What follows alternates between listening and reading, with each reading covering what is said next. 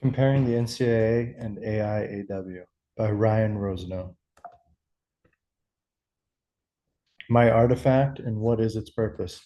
My artifact was assembled by Marilyn R. Jellish. She was a women's athletics coach at Connecticut College. It originated in 1980, and the artifact was addressed towards President Ames of Connecticut College. And Jellish mentions how she's been to multiple different meetings regarding a merging of the NCAA and AIAW. And she goes on to write about how there are not equal opportunities for women's sports when compared to the men's options. And Jellish concludes by saying that she believes the school should have male and female students compete in both leagues, at least until the opportunities are equal. Some context: the AIAW was the Athletics Association for Women in College throughout the United States.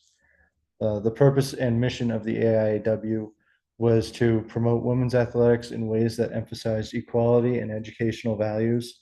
The league did not care about how much money they're making and was more focused on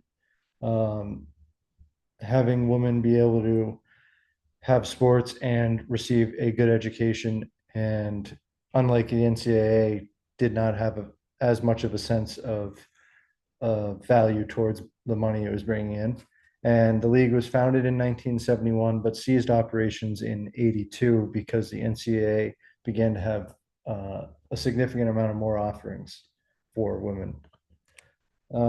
Ideas of gender and sexuality in my artifact. It reminds me a lot of when we were learning about the criticisms towards feminists through society, and my artifact seems to face the same struggles, but for sports. And the male sports seem to gather a lot more attention than female sports.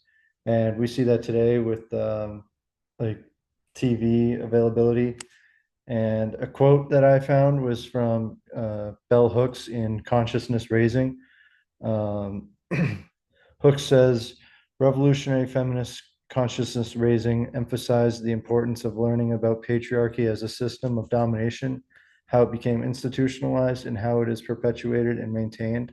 And this quote is essentially exactly what Title IX does, because it challenges a system of domination, and that is men's sports.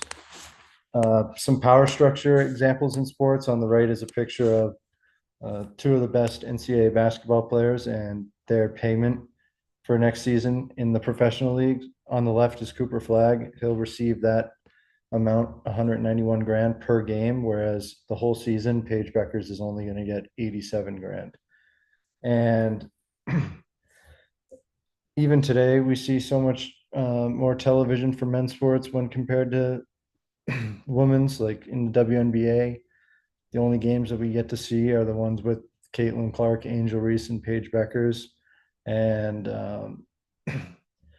my artifact goes into detail about how the NCAA has never given equal chances to female athletes, and have shown much more commitment to the men's programs.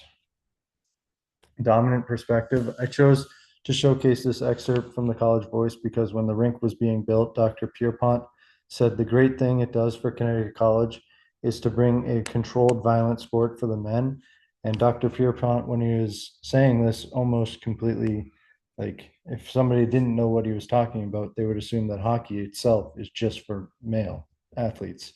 And looking back at it now, I mean, female hockey is, or women's hockey is one of the most popular women's sports to date, especially with the development of the PWHL and leagues like that.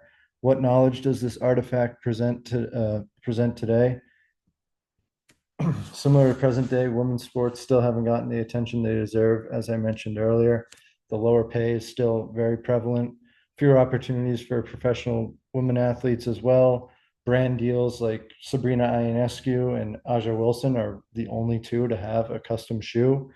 And you look at the NBA, almost all the stars have their own shoe line. What was going on at this time for Con in the country and for the whole world? The biggest thing going on for most colleges in the United States at this time was the passing of Title IX in 1972. In 76, the NCAA challenged the legality of Title IX because they feared enforcing gender equity in athletics would cause power loss. And it was an unsuccessful lawsuit for the NCAA, but shows how much they really only wanted men's sports. And 3 years later, in large part to Title IX, we see women outnumber men in undergraduate enrollment. And one of the founding mothers of Title IX, Bernice Sandler, said, "We had no idea how bad the situation really was. We didn't even use the word sex discrimination back then. And we certainly had no sense of the revolution we were about to start." And listed right here is my sources for my presentation. Thank you for watching.